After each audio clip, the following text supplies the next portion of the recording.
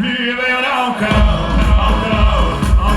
et puis encore, mais il y en a encore, jusqu'au vieil charrue, mais il y en a encore, à l'infini, mais il y en a encore, et puis encore, mais il y en a encore.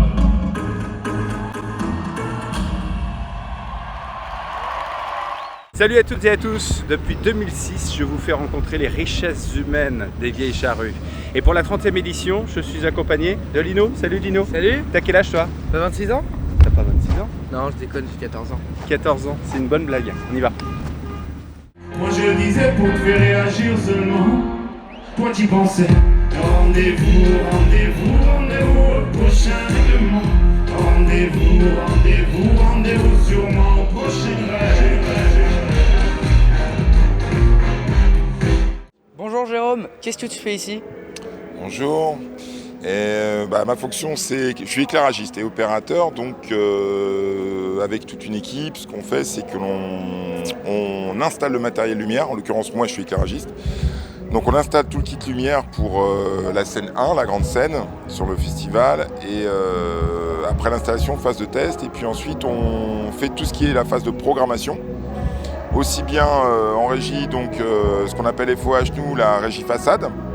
Donc avec les appareils, donc les consoles avec lesquelles on va piloter le kit, le système, ou un petit studio 3D que je te montrerai tout à l'heure, où comme on a plusieurs accueils à faire dans la même journée, pour bien faire, on propose un système 3D dans lequel on a modélisé tout l'espace scénique avec les projecteurs, et les gens qu'on accueille, les différents éclairagistes des différents groupes peuvent déjà préprogrammer dans ce petit studio avant qu'on les accueille sur scène. Elle ressemble à quoi tes journées? Oh, la plage, Transat, Morito, non. C'est assez dense parce que le festival il tourne. Donc on a grosso modo 4 accueils par jour. 4 groupes. Donc quand je dis accueil, c'est 4 groupes. Donc alors moi je fais de la lumière, mais il y a le son, il y a la vidéo. Donc il faut que le groupe arrive, il s'installe sur scène, le backline, donc les instruments, etc. On leur donne accès à tout ce qui est technique fourni par le festival, donc le son, les écrans vidéo, la lumière, comme je te disais tout à l'heure. Ils font leur setup, ils se calent, donc ce qu'on appelle le line check, les balances, etc. Ouais. Une sorte de mini-répète. Et à tour de rôle, comme ça, les 4. Et on les retrouve le soir, dans l'autre sens. Donc celui qui arrive le plus tôt le matin, c'est celui qui joue en dernier le soir, et ainsi de suite. Donc en gros, c'est comme si on avait 8 groupes par jour, quoi. Ah ouais. En gros. À cette heure-ci, qui s'installe? Alors là, on vient de terminer l'accueil de M, Ouais.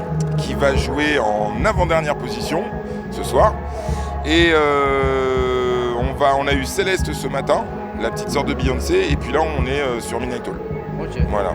Et il y aura Bob Sinclair ce soir, mais il n'y a pas d'éclairagiste, donc c'est Bibi qui s'y colle. Voilà.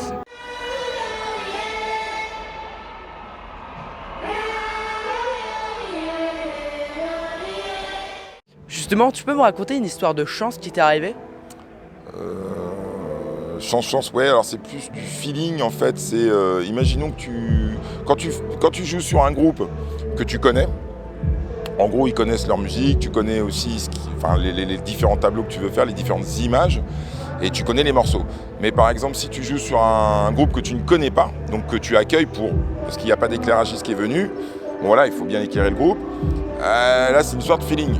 Donc tu écoutes la musique, voilà. Et des fois il y a un break.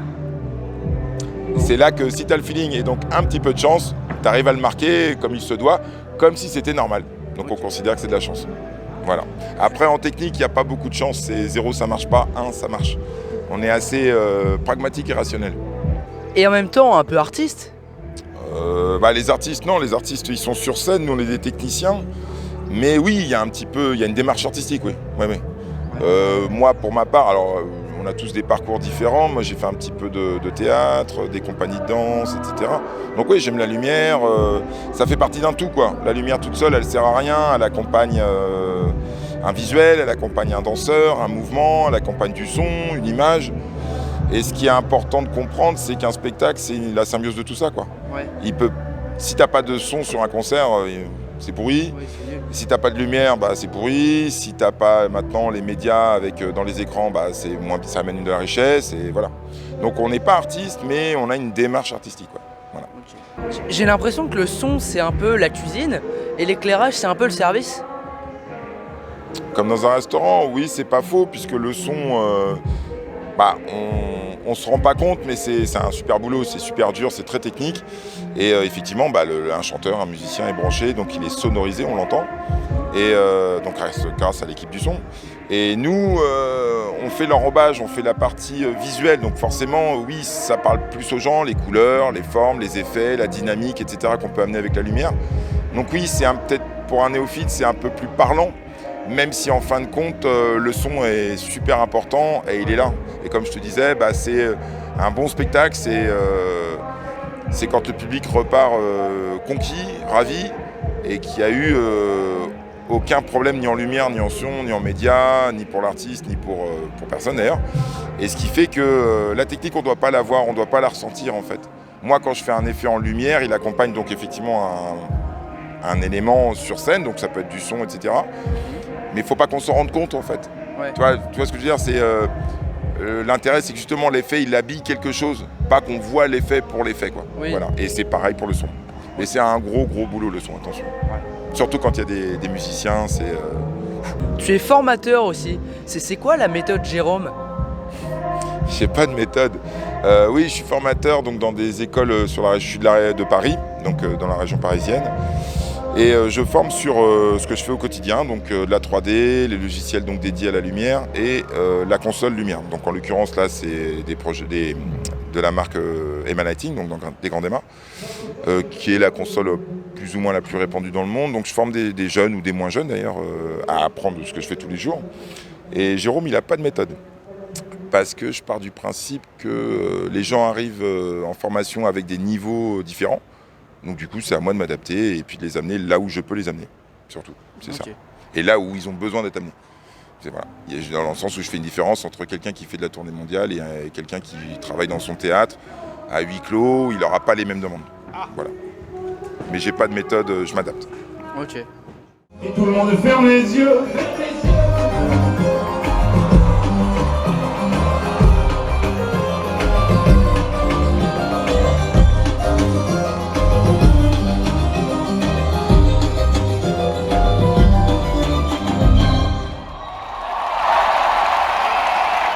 Je peux te parler cash, est-ce que ça rapporte ce métier?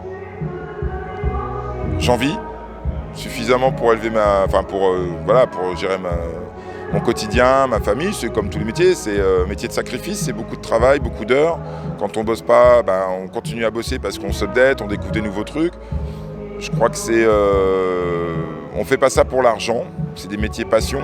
Plaisir. Aussi bien comme un danseur, la rigueur de vie, les entraînements, les échauffements, etc. Nous c'est pareil, si j'avais voulu vraiment... c'est pas un métier, c'est pas des métiers, on en vit, mais tu fais pas ça pour l'argent. Sinon j'irais chez un concessionnaire de voitures et puis les gens poussent la porte, ils ont déjà choisi le modèle, la couleur, il n'y a plus qu'à choisir la motorisation, modèle sport pour monsieur et le break familial pour madame. Tu manges lumière, tu dors lumière, qu'est-ce qui te fascine dans la lumière? Comme je te disais, c'est des métiers passion, donc ça va de soi. Toi, comme un danseur, pour ne pas parler d'éclairagiste, pour faire le parallèle, un danseur, il a une rigueur d'esprit, de corps, c'est beaucoup de contraintes. Et en lumière aussi, en son, dans tous nos métiers, on n'est pas là par hasard. Un trapéziste, tu montes pas là-haut, te balancer, faire des cabrioles juste pour le fun, quoi. Voilà, et tu fais pas ça non plus pour l'argent. Après, ce qui moi me fascine dans la lumière, c'est le côté esthétique, le côté, que ce soit en captation pour de la télé ou sur un défilé de mode ou sur du concert, c'est l'image, la lumière, le piqué qu'on arrive à avoir, les détails, amener de la dynamique, voilà. Donc artiste? Donc la partie artiste, des techniciens, voilà. C'est le côté artistique qu'on peut avoir.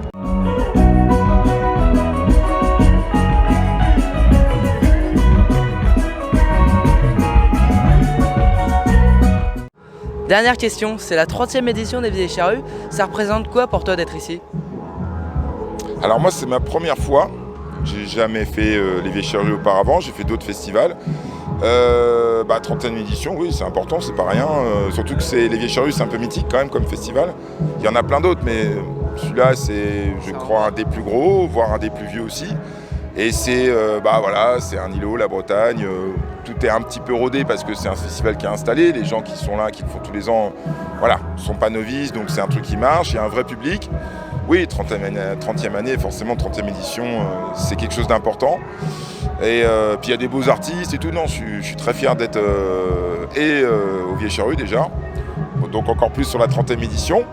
Et puis je suis avec tous mes collègues qui l'ont déjà fait, donc je suis ravi d'être avec eux et fier.